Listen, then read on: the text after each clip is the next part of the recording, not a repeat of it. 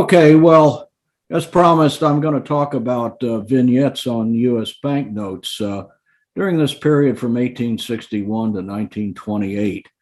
Now, in my experience in going to a number of international banknote shows, there's really not that many world banknote collectors that have an interest in U.S. banknotes, especially modern banknotes.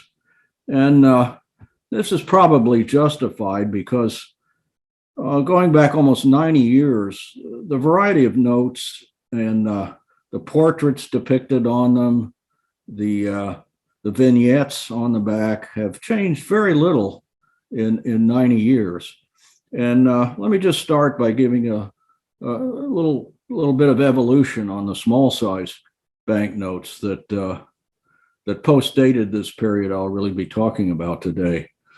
And the first $2 bills came out in 1928, or at least designed in 1928. And they depicted Monticello on the back, a building, which happens to be Thomas Jefferson's residence and plantation. And that was on the $2 bill until the bicentennial. And then they did put a different vignette on there called the Declaration of Independence. And I'll say more about this later on when we get into the large size notes.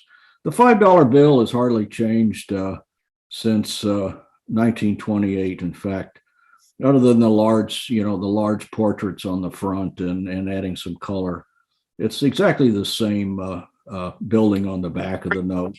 The $10 bill that has a U.S. Treasury building. And again, for many years, it was really the same design. And then when they switched to the modern notes, they depicted a different view of the same building, added some color to the notes, but it's still the Treasury building. And ditto for the White House that's on the back of the $20 bill. And you can see how it's evolved, a little bit closer view here. A little bit extra shrubbery has grown. And once again, they've showed the north instead of the south portico. Once again, same building. And again, same story with the U.S. Capitol. You get a little bit different perspective. And here they've added some color and some clouds, whoopee.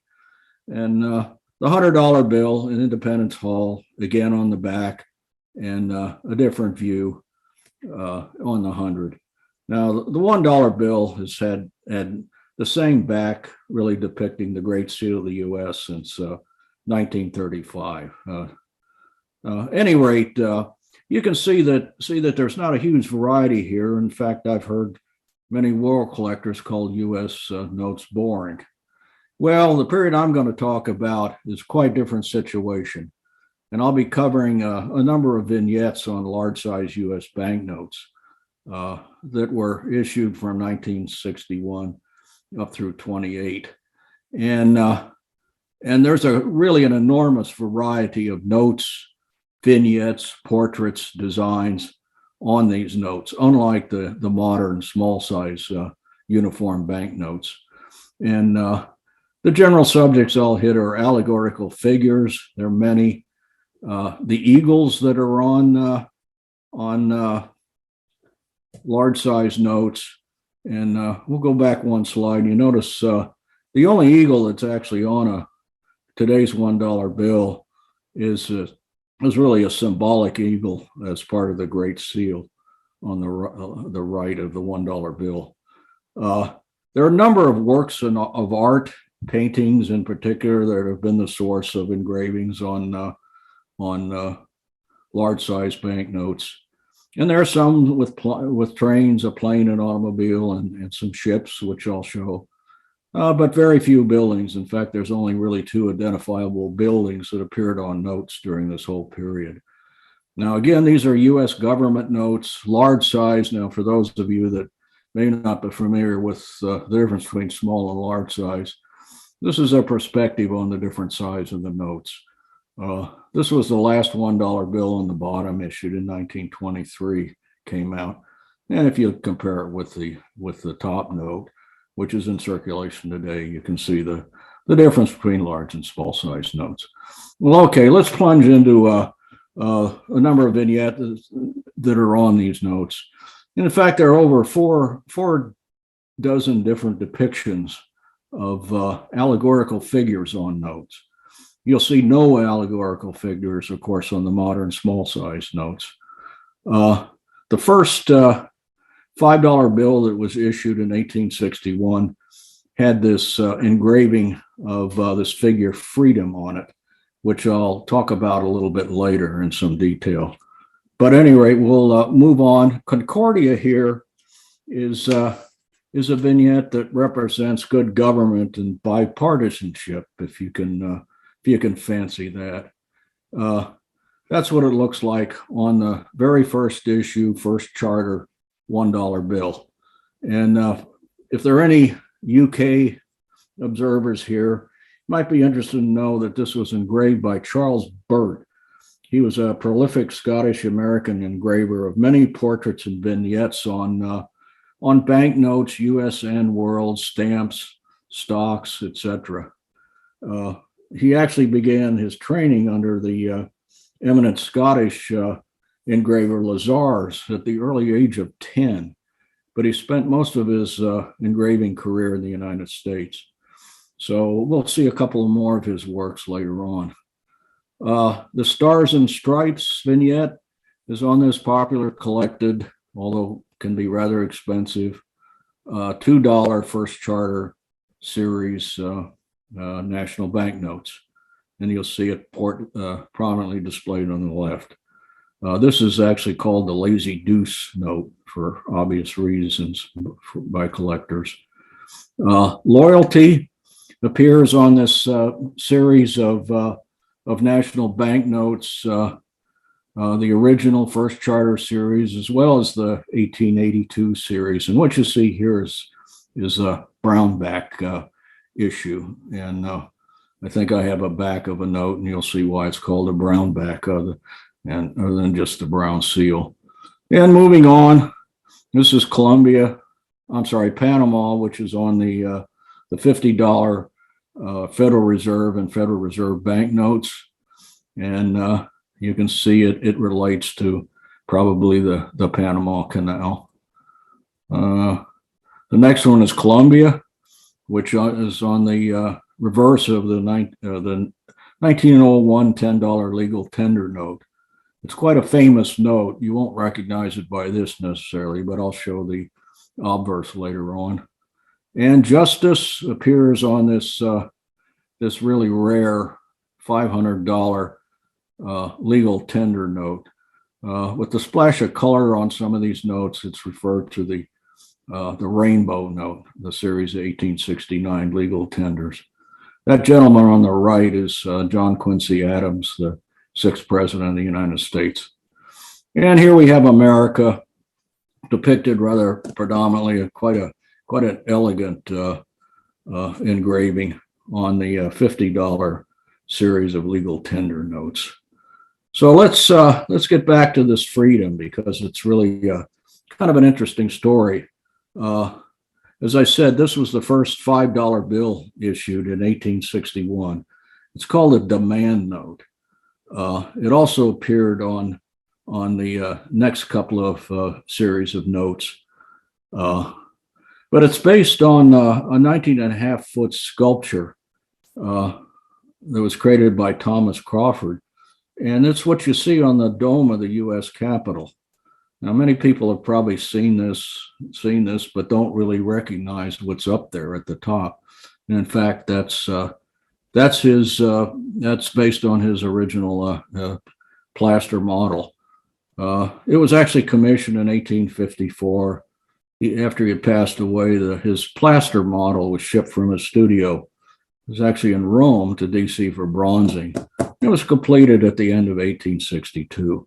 Now, this is what his plaster model looked like, essentially identical to the statue and the engraving.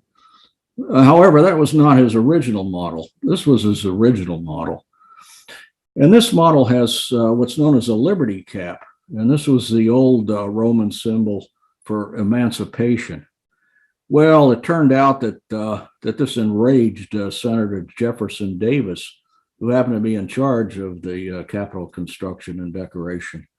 So he had this changed to a military helmet with an American eagle and crest of feathers. So that's what it really looks like now. Some of you probably know Jefferson Davis soon became president of the Confederacy after secession. So he was quite opposed to this original design and had it changed. It was originally named Freedom Triumphant in War and Peace, but its official name is the Statue of Freedom. So the vignette was engraved by one Owen Hanks, and it's quite a nice engraving. It almost looks like it's a reproduced photograph. Very fine engraving. So that's the story of that note. Very significant. We'll move on to just a few more examples of some of the prominent vignettes you see. And here's Peace that appears on this rather rare compound interest treasury note. That gentleman at the left is Solomon P. Chase, who was the Treasurer of the U.S., Secretary of the Treasury under Lincoln. Here's the Peace statue that's on this, again, rare $50 rainbow note, 1869 vintage. There are a couple of depictions and maybe more of victory on notes. The first of these shown here is on this interest-bearing note, which is a rather handsome design. This is the only banknote I know of that has a mortar on it at the bottom. Victory, there's another rendition of it. Now, this is also a fairly rare note, $500 bill.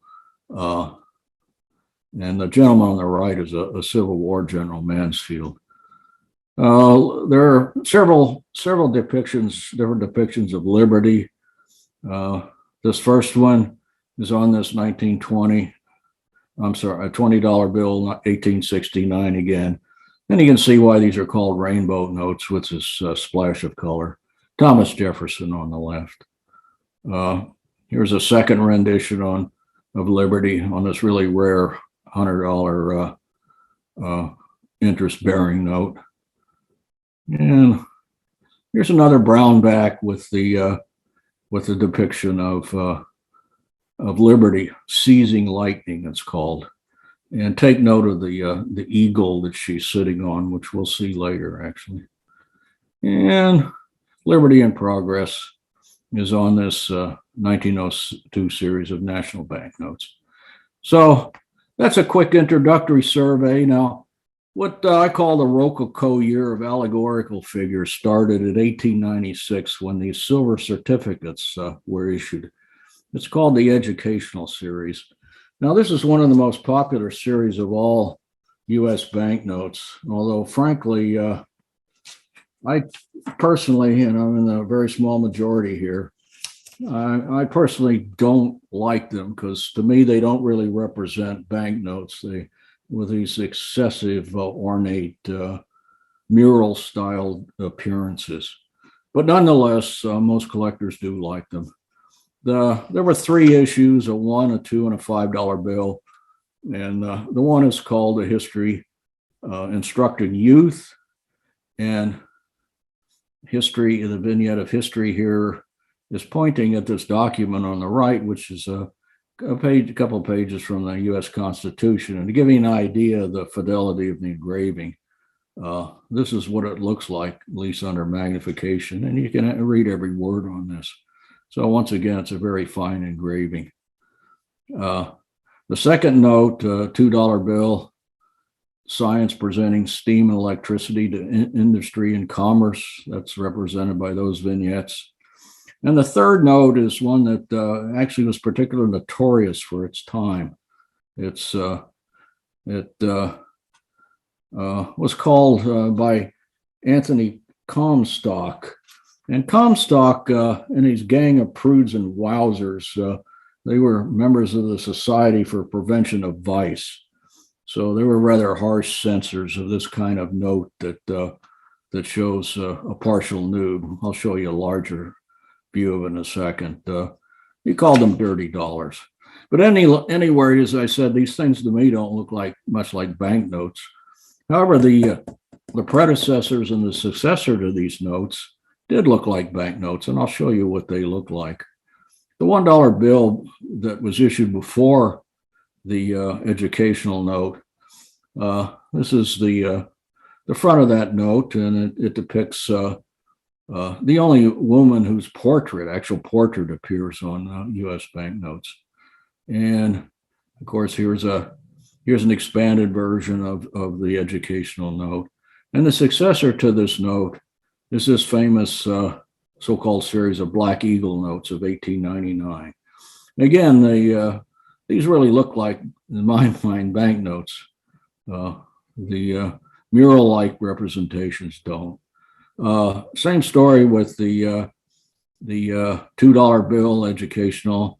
This preceded the $2 bill, a silver certificate with William Wyndham, who was a politician and Secretary of the Treasury.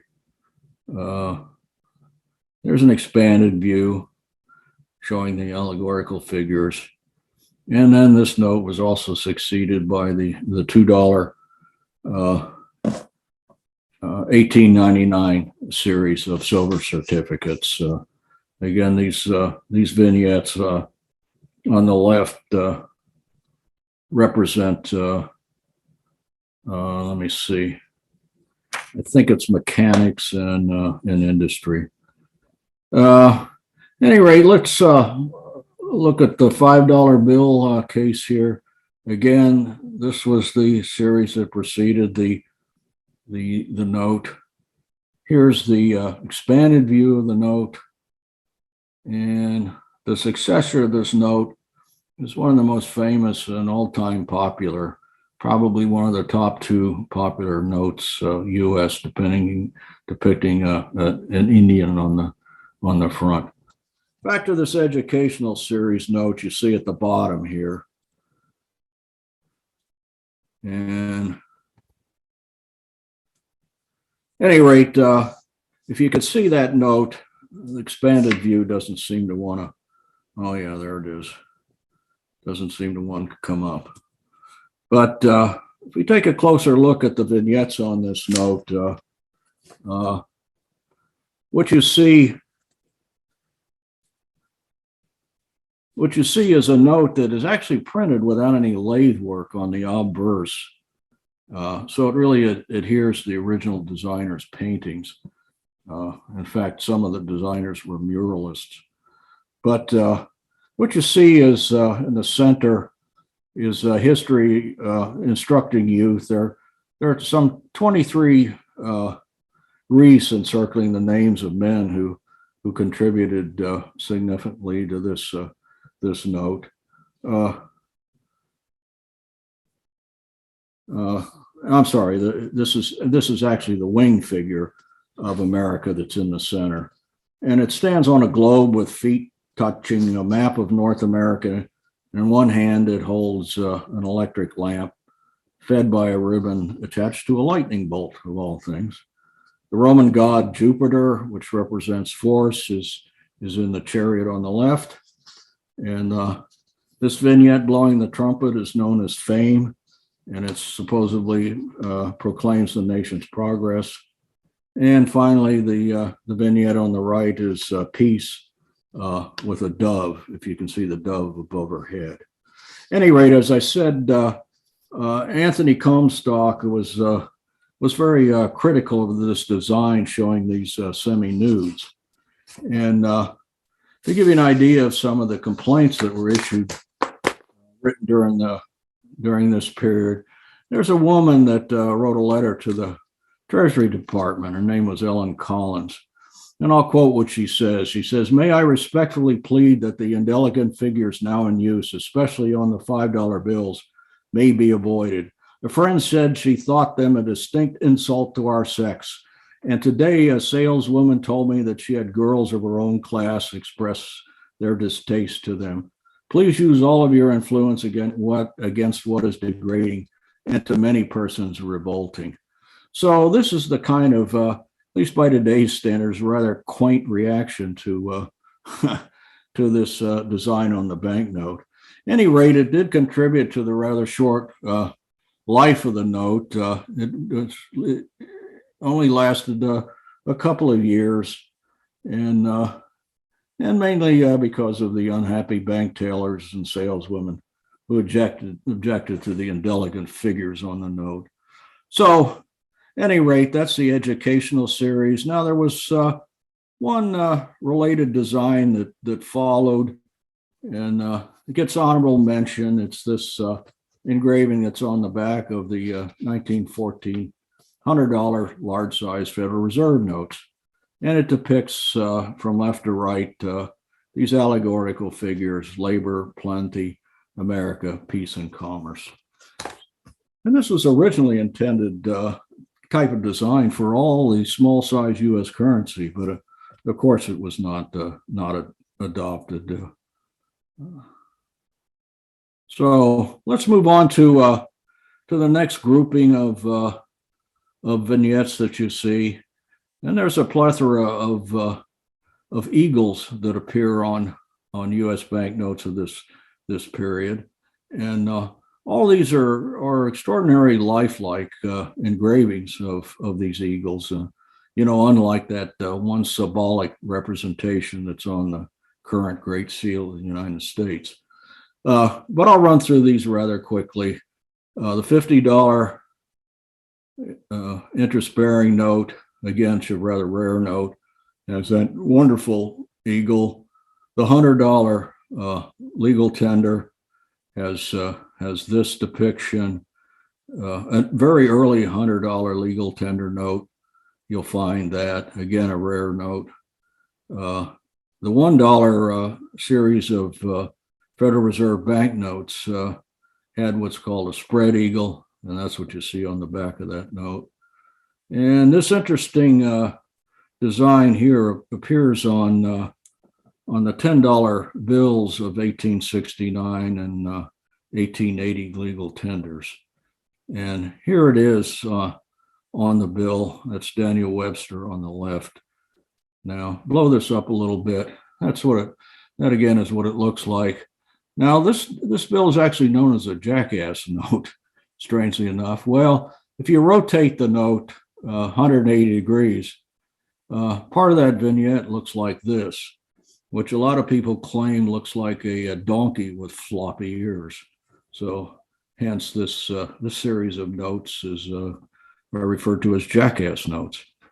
Again, there are a lot of eagles, some duplicates that are on gold banknotes. Now, of course, there were some small size U.S. gold notes that came out in 1928, but of course they were soon discontinued after we went off the gold standard in 32.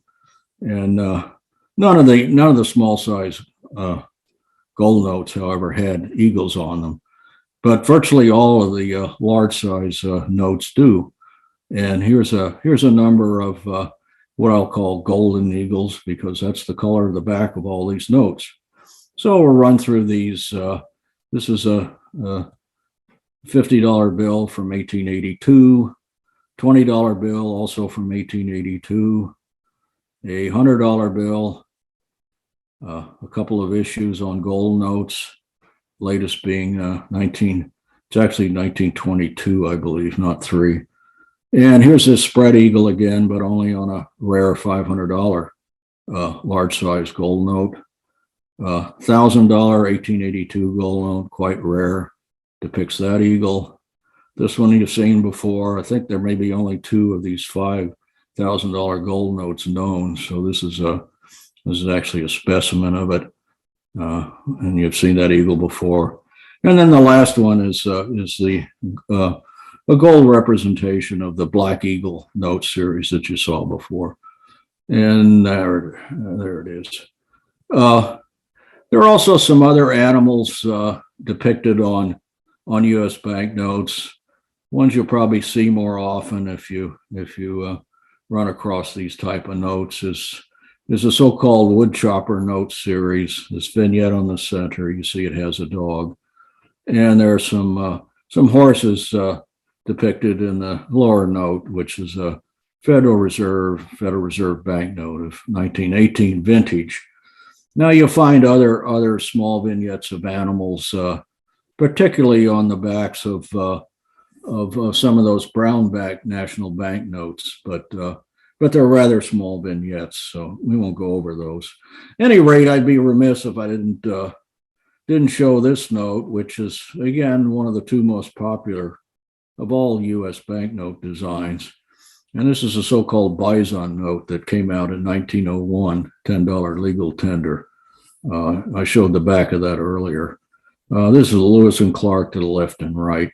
At any rate, that's the note engraved by this master engraver, M.W. Baldwin at the BEP. So that's a quick run through of the various figures of that type, those types on U.S. notes. Let's talk about some of the designs that were adapted from works of art. And there's quite a few of these. There's over a couple of dozen.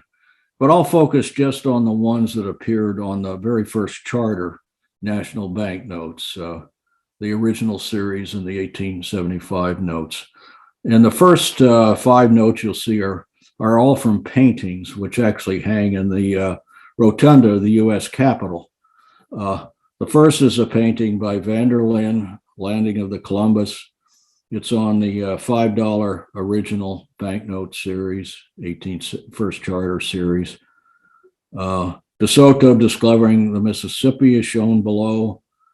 The baptism of Pocahontas is another Charles Burt engraving. And this is actually the only second woman who's appeared on a U.S. banknote of this vintage. And it's not a portrait, but it does have the figure of Pocahontas. And here's embarkation of the pyramid pilgrims that appeared on the $50 bill. And here's this Declaration of Independence again. This is the design that you saw on the back of the modern $2 bill. And I'll comment a little bit on that.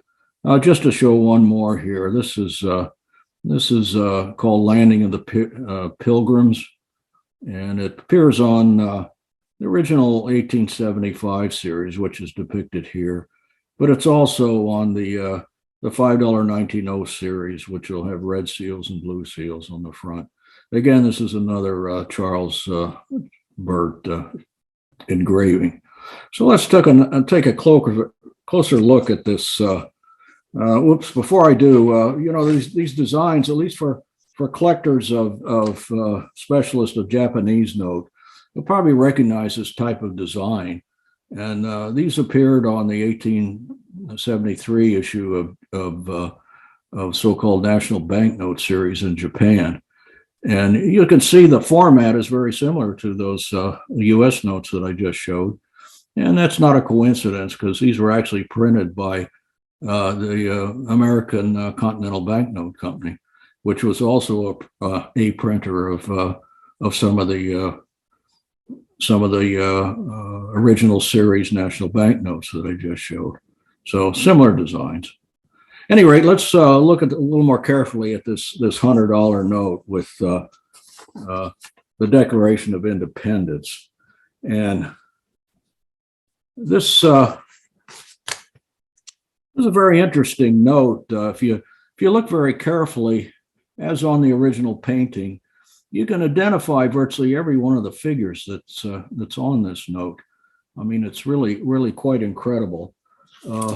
What it represents actually is this committee of 5, and from left to right, these standing gentlemen is John Adams, Roger Sherman, Robert Livingston, Thomas Jefferson, and Benjamin Franklin. And Jefferson here is presenting a draft of the Declaration of Independence to John Hancock, who was president of the Continental Congress. So This actually depicts an event of July 28th. Well, every one of these figures is almost everyone is identifiable. And this is a chart of who all these gentlemen are in the Continental Congress. Now, you'll often see this referred to as the Declaration of Independence, July 4th. As I said, it's not July 4th. It's really depicts an event that happened on June 28th. But nonetheless, there's 56 signers of the Declaration of Independence, and the painting portrays actually 42 of these, and 3 of the people in the painting are not actual signers of the Declaration of Independence. But at any rate, it's Hancock here presenting the draft to I'm sorry, Jefferson presenting the draft to Hancock. There's one other little amusing feature of this note. If you take a look at the original painting down here in the section where these men's feet are, I've blown this up a little bit. And if you look at this, it looks like Jefferson is stepping on the foot of Adams.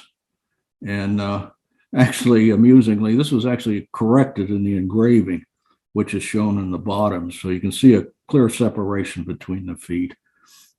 Just an interesting little quirk and done by the engraver and designer. So we'll wind up here with a couple of other groups of notes. There are some trains, a plane, and an automobile, and some ships depicted on these various notes.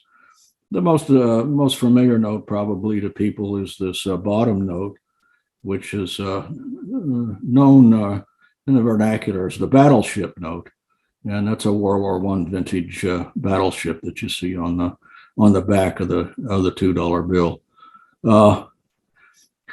If you look carefully at the note here, the $20 bill, there is one vignette of an automobile that appears during this period. And up in the sky, we'll blow this up a little bit, is an airplane. This is a biplane of that vintage. And this, to my knowledge, is the one and only airplane that's ever appeared on a U.S. banknote. So just a little strange factoid. And we'll wind up with buildings. As I think I mentioned earlier, there is actually only a couple identifiable notes during this large size bank, only a couple identifiable buildings during this large size banknote period. And one is several different views, depictions of the U.S. Capitol. And we'll just show these quickly on the notes. This is on the $2 bill of this vintage. The $20 national banknote has another view of the U.S. Capitol. Again, on the $5 series of national banknotes. And these ovals to the left and right, by the way, are what I was referring to earlier. There will be some animal vignettes, depending on the state and denomination that the note was issued in. So you can keep an eye out for those if you're interested. Here's a little bit, whoops. Here's a little bit larger view of,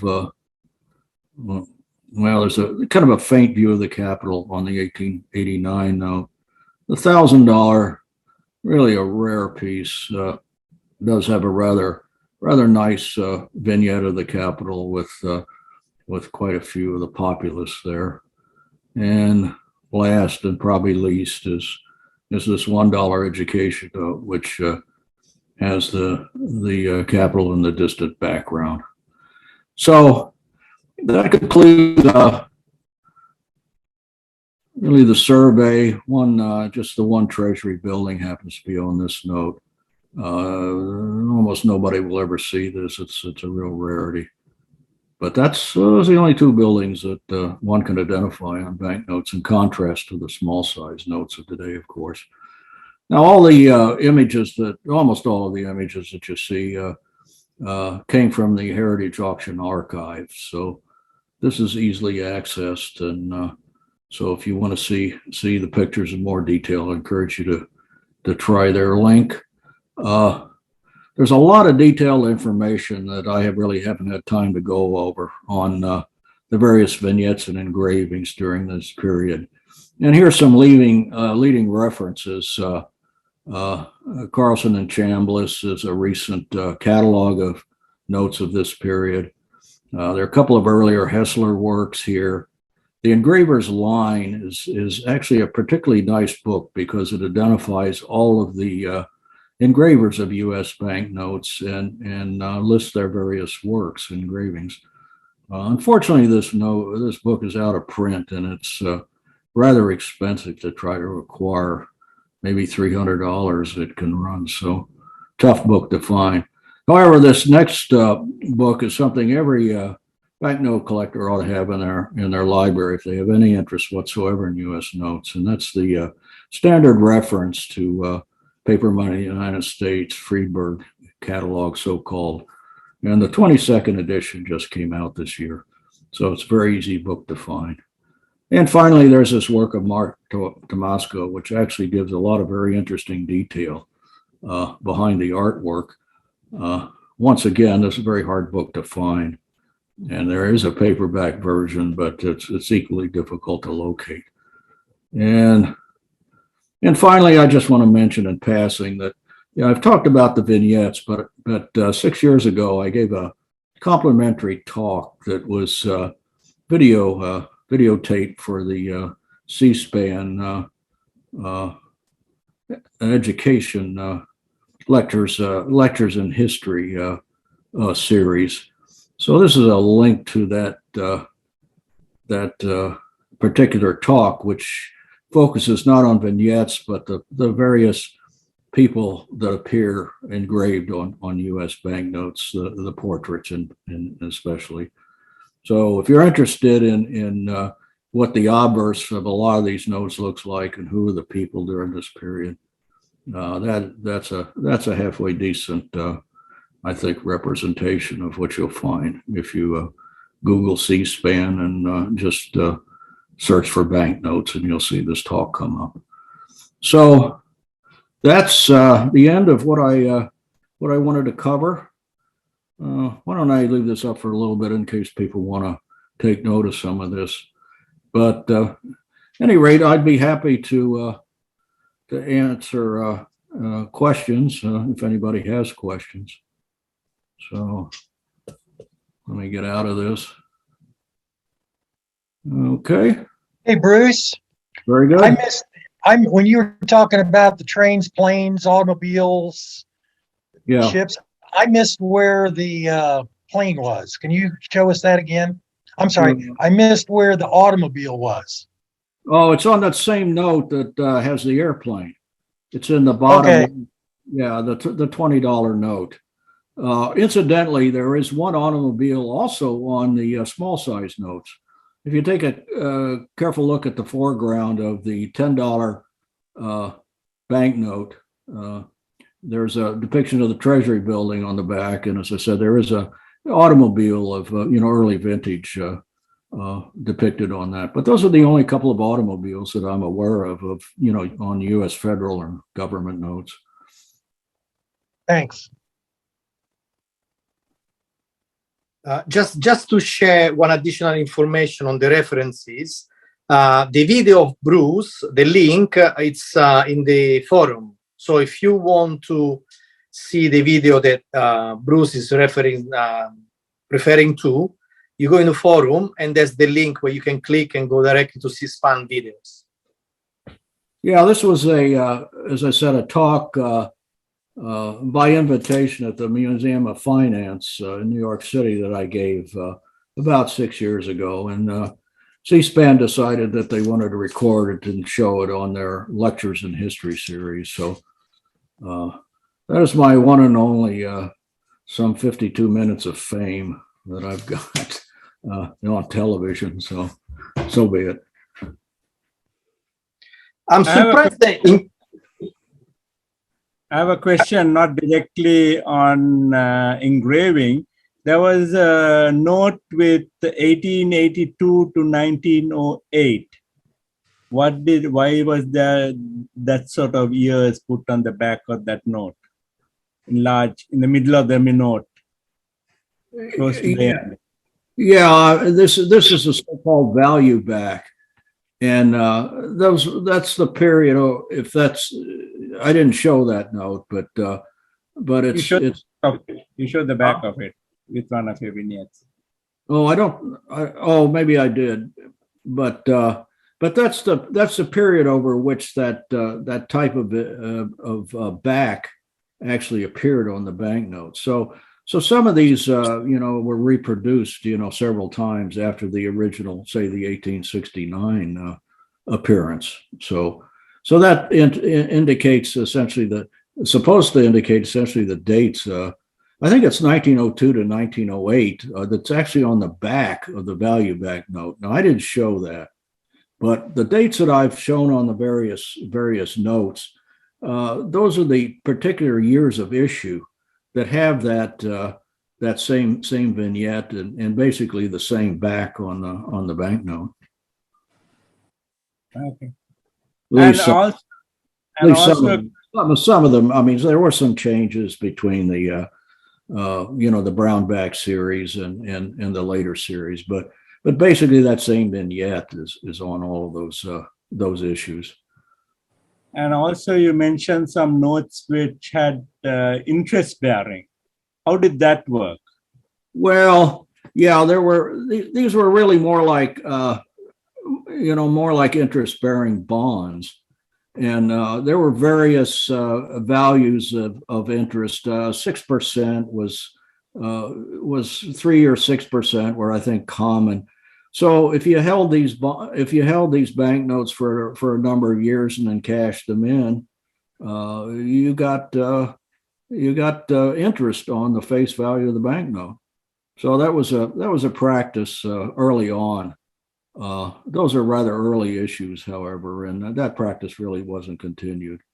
But the compound interest notes and then the other interest-bearing notes, you'll see some very early ones. They're all fairly rare notes for collectors. If you're not a real serious collector with deep pockets, you'll never acquire any of these notes. So they're really quite expensive.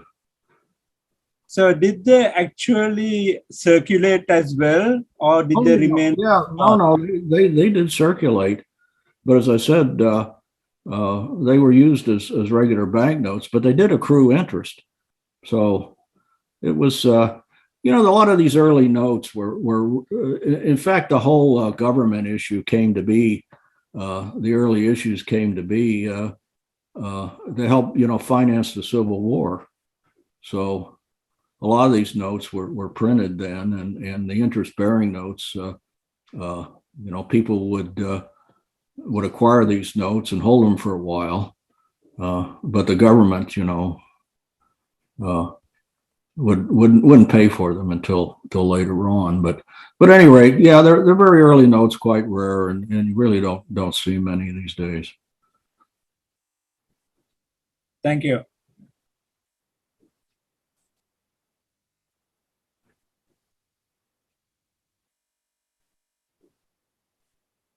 Anything else?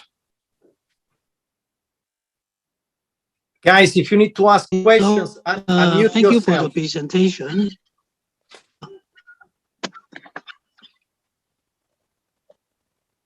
Yeah, it's a shame that more people didn't connect to the meeting, because I think a lot of people would have learned a lot. Thanks for the presentation, Bruce.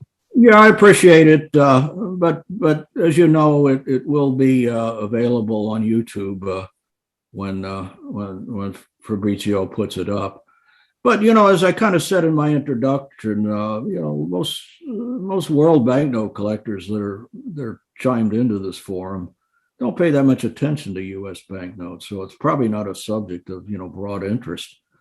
Part of the reason that I give this kind of talk is to actually inspire some interest amongst other collectors to try to get a few of these more affordable large-size banknotes, especially a lot of the lower denomination ones, say in VF grade, are pretty easy to come by and not terribly expensive. But yeah, there's a very limited interest in these notes, and I'm not too surprised at this forum that there wasn't great turnout. TM, maybe you had a question? Yeah. Hey, Bruce, thank you for the presentation. It's very interesting because I do not collect US dollars banknote, but after reading your presentation, it sounds kind of a very nice kind of the engraving and things and the history. May I know what is the education series means to a new beginner for this this collection of US banknote? Well, I'm not sure what you mean by what it means. I mean, you know, it was called the Education Series principally because of that first $1 banknote, where you know the vignette really refers to teaching, and it's pointing to the U.S. Constitution, another document, historically significant document. So I think that's probably why it's really called the Education Series. And you know, a lot of the vignettes on those notes also refer to you know, important concepts, you know, freedom and so forth. And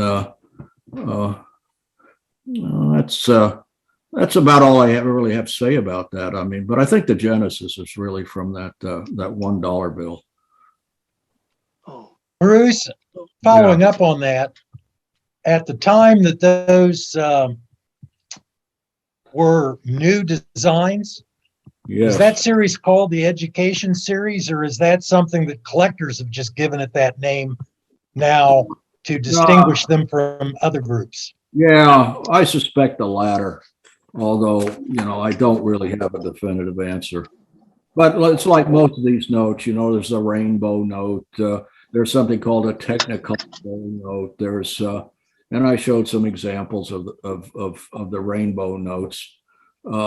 Brownbacks, I mean, all these are really vernacular. So I think it's collectors and that eventually, or other people that eventually assigned these names. I don't think they were originally called that, but I could be wrong in some cases. Bruce, is there a location, maybe in Washington, D.C., that has more of the vignettes that you had shown on various banknotes, as well as the statues of the various features as well? Well, you know, the various Federal Reserve banks will all have, you know, currency displays of one extent or another. So I think there's you probably find some of that in Washington, D.C. The actual statues, you know, of course, the one that I focused on was at the top of the Capitol, so that's where you find that in Washington, D.C. But the best way to get a look at all these notes, again, are in some of the references that I described. But some of the collections, and there is, I think the ABN has there's various museums and all that do have a number of notes on display. I know there's a museum in Iola, Iowa, that has a lot of these national banknotes. You'll find them, tremendous display of them. Specifically in Washington, D.C., no, I don't know, other than you could probably see some of these on display at the Bureau of Engraving and Printing. And if you're a person like, you know, Peter Hontoon, a name you may know, who does a lot of research on these notes, you can actually gain access to their, you know, their specimen archives. So, but that's by invitation only, so forth. So I hope that kind of answers your question. But if you really want to see, you know, I mean, this latest edition of Freeburg has a number of very wonderful color illustrations of many of these types of U.S. banknotes, both front and back. So that's as I said, that's a general resource I think everybody should have that that has any kind of interest in U.S. notes. And of course, there's a whole period of so-called obsolete banknotes that were not backed by the U.S. government, or were backed only by individual banks. And, so these are all kind of speculative. Many of these banks went out of business very quickly, but there's just an enormous design of vignettes on these notes. I mean, it would take me a week, of lectures to cover the type of designs that are on these notes. But that's a whole different class of notes. I've only talked really about government issues here.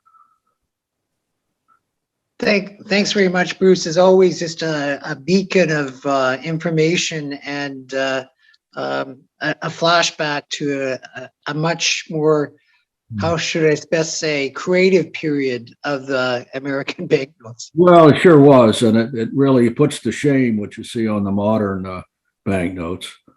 And the most recent ones with the new security features and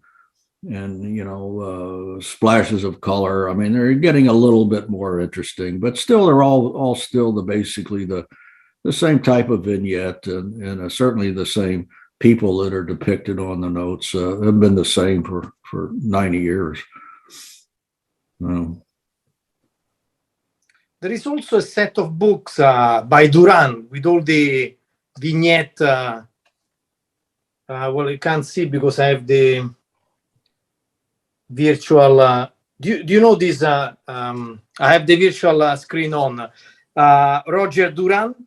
No, I didn't have the reference to that book. I actually hadn't seen it, so I really didn't comment on it. There are several books on vignette only, on architectures, people. I bought few at the ANA annual sales. Yeah, but as you know, Mark Tomasco.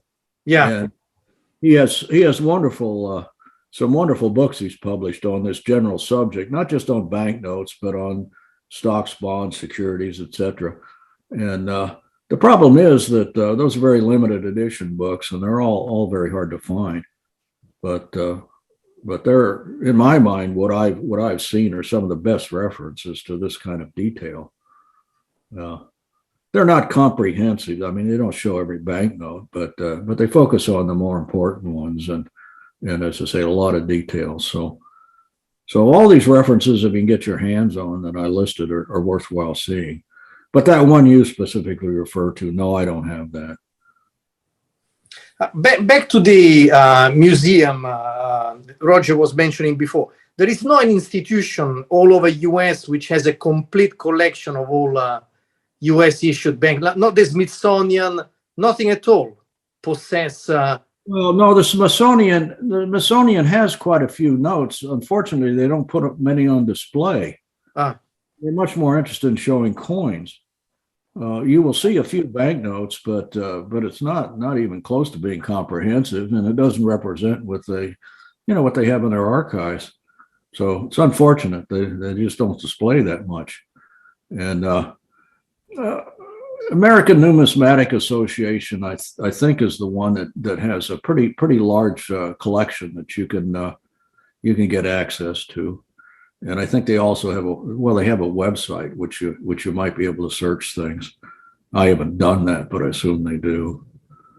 So there are some more non-government, shall I say, museums that have quite a few notes. As I say, this one place in Iola has an enormous collection of national banknotes. So.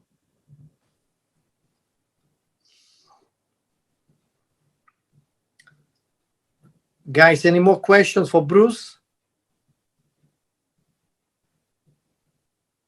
At any rate, let me just mention in conclusion that, I enjoy doing this kind of research and, sharing information with other folks to hopefully, stimulate their interest in diversifying in banknote collecting. But admittedly, I haven't collected U.S. notes seriously for almost 20 years. So a lot of this was kind of taken from memory in some earlier talks I gave for the New York Numismatic Club. But at any rate, as some of you know, I'm sort of phasing out of collecting banknotes, except for my core specialty of Belgian Congo. And but I'm sort of replacing that collecting interest with, doing research and giving these kind of talks now and then. So I appreciate people's interest, and I think they're serving the collecting community to certainly some degree. So it's always my pleasure to do this sort of thing.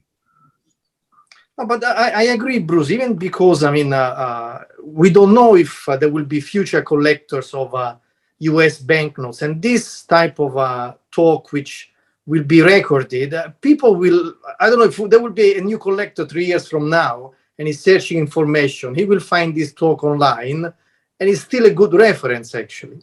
So that's why I think we should have more people like you and sharing their knowledge. Some people, honestly, I had this little experience trying to pull out information. There are people more willing to do, like you, Joe. There are other people that are a bit shy. So, like, they are expert because you can tell when you talk to them. But then somehow they are a bit shy sharing, and they feel modest. That they believe they don't know so much. So I hope I will convince this group of people too. Well, maybe sometime in the future. There's another country that's in the world, but very few world banknote collectors pay any attention to the country, and that's Canada. Our north. We have Roger from Canada here. Yeah, well, he knows very well. When you go to these international banknote shows, you see very few notes from Canada, and usually if you find anything, it's the very high denomination notes, the $1,000 bills. But it's very poorly represented in these world banknote shows. So, maybe get Roger or somebody to give a similar talk on what you see on Canadian notes, because they got a really rich history of vignettes and designs, and of course, they come out with fairly regularly with new designs of even their modern banknotes. Unlike the incremental changes in many cases that the U.S. notes engage in. So Canada is a very interesting collecting area too, with all kinds of beautiful engravings and vignettes. So maybe somebody can give that talk. I'm not an expert on Canada, but I'm familiar with a lot of their notes. But at any rate, see if you can find. I have a question for Roger. On Canadian banknotes, quite often the Queen is depicted without anything on her head. No crown, no tiara, that sort of thing. On British banknotes, she always has a crown or tiara on her head. Is there a reason for that in Canada?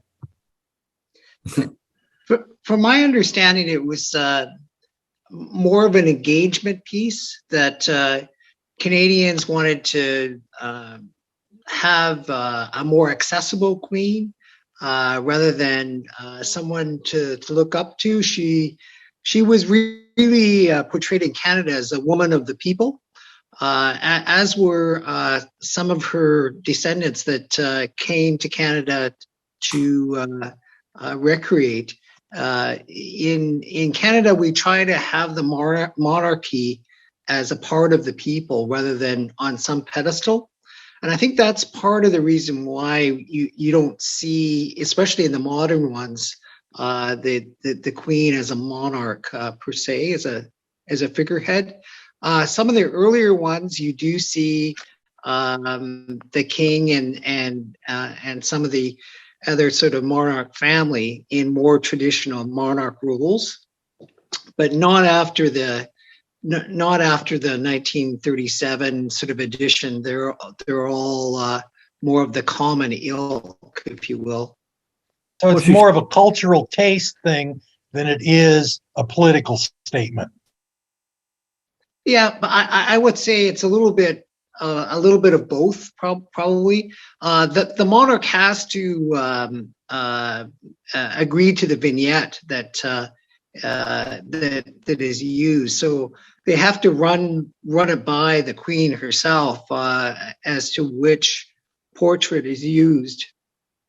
So I think that's more the relationship that Canada has had with Britain. especially, like I said, especially after 1937. Well, she doesn't even appear on any of the modern vintage notes, does she? And in fact, Yes, she still appears on our 20. Yeah. The $20 bill is the only one that she still appears on. Right. And we're just in the midst of transforming. There's been a lot of controversy about, of course, it's a political thing, white males being on the banknotes. So the new 10 features a Black woman who was a civil rights leader back in the 1920s. So we're just in this transformation stage, and we're still awaiting a new $5 bill.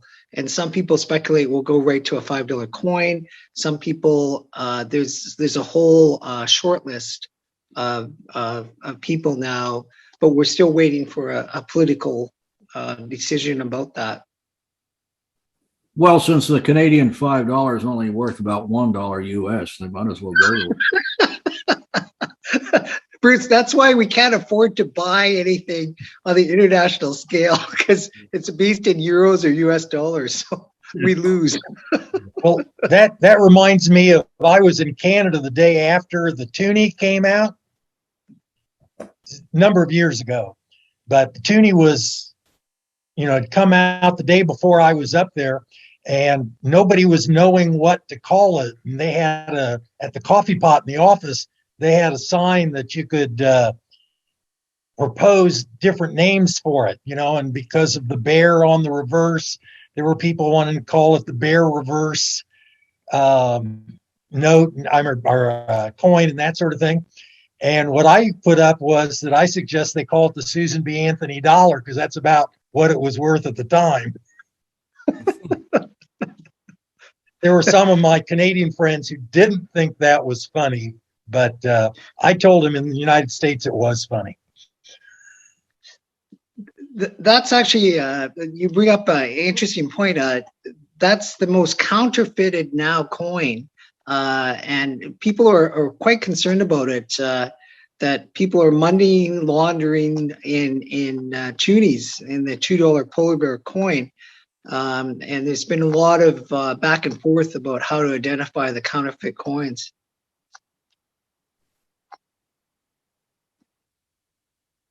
And it's funny in Canada too, because the $2 bill was not well regarded, except for in British Columbia on the west coast of Canada.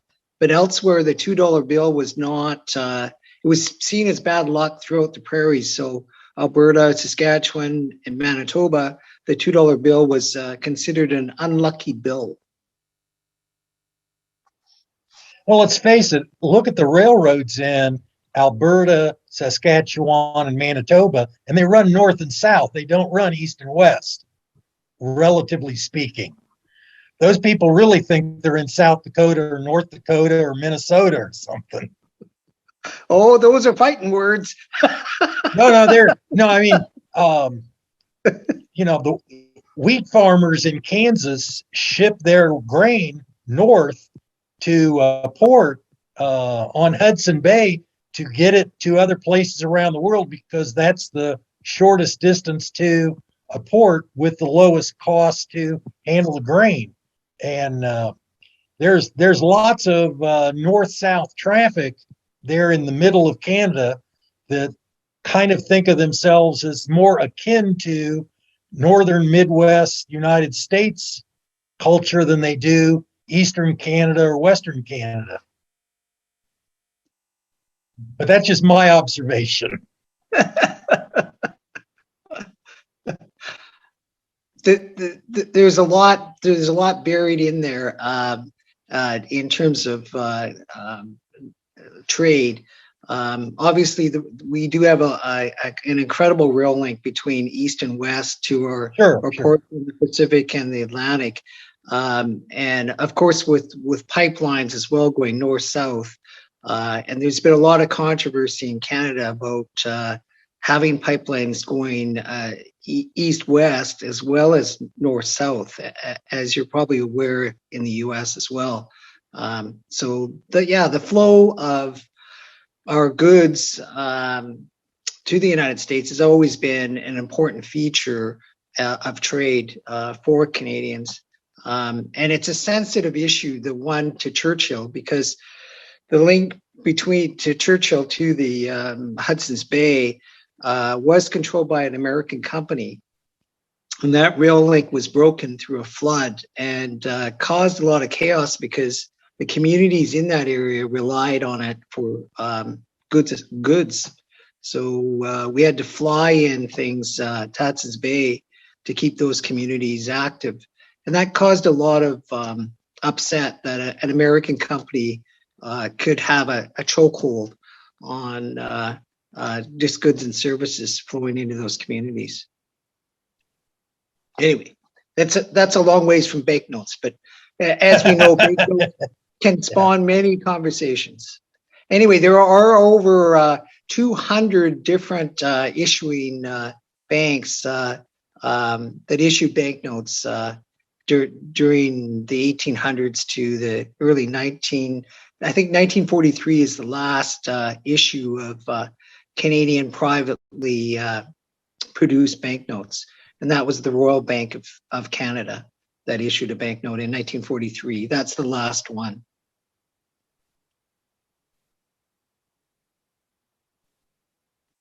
That's a subject for the next talk. I agree. Hey, Anyway, Bruce. thank you very much. Thank you very much, Bruce. I really enjoy your expertise and your willingness to share your knowledge and your passion. And I look forward to being at the fun show at some point in my life. It's always been, I think, a dream of Canadians to go south for the winter. So I've yet to reach that stage. Well, I live in Wilmington, Delaware, and of course the Delaware and Jersey beaches that are nearby are flooded with Canadians during the summer. So they're our most represented tourists by far. So I know what you're talking about. I will also be at the Fun Show, by the way. So this coming January. So hope you can make it. I think David had a question, maybe. David? Yes, I just wanted to make a little comment to Bruce about the 1914 $20 bill and the vignette on the back of that. And little curiosity there is the ship in that vignette series. There's the plane, the ship, the automobile, and the train. And that's the one with the tugboat too, which I forgot to mention. Correct, yeah. And each of those vessels are actually vessels. Each of those vehicles are identifiable, and the most curious one of those is actually that the ship that is depicted on there is a German ship. Oh yeah, and it's shown flying a U.S. flag, and that was actually typical when a foreign vessel would enter a port. They would fly the flag of the nation, just as a more of a friendly gesture. But the ship was seized. It was detained in August of 1914, the year of issue of that note. It was officially seized in 1917 and made part of the U.S. fleet for the World War I. But though it was seized in August of 1914, of course, the vignette had to be created prior to that. So it was actually made with a foreign vessel depicted as an American vessel. And it's understandable how that could happen because it had the U.S. flag on there. But because each of those vessels or vehicles rather are identifiable, it's kind of fun to look back in history to see how that could occur. The whole depiction of that ship and the tugboats is actually can be found on 2 different postcards that were issued at that time, as well as a citrus label that was of that time period, found on a citrus crate. The ship that was on there was called the Kaiser Wilhelm II. And later on, once after 1917, it was called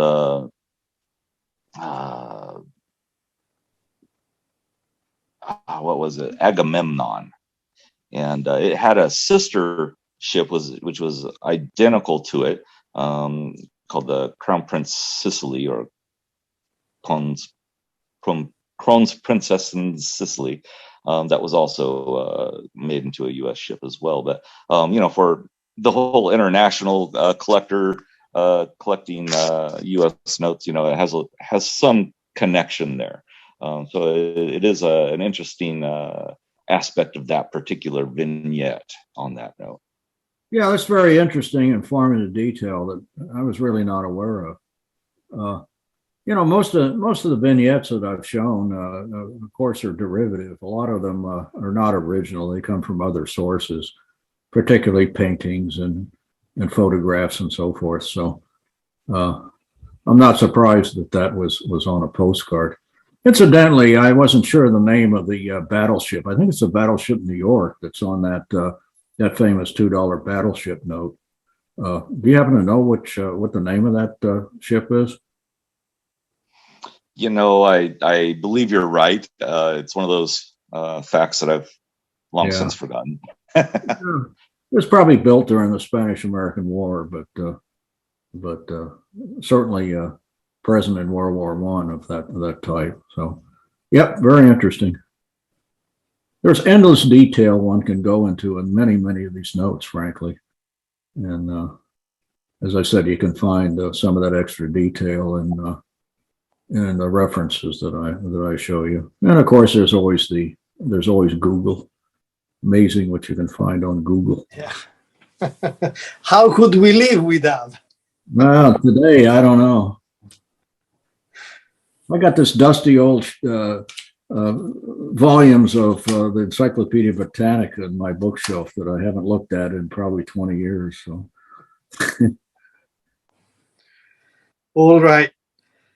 Okay, guys. So then that's it. And thanks again to Bruce for sharing your knowledge with us.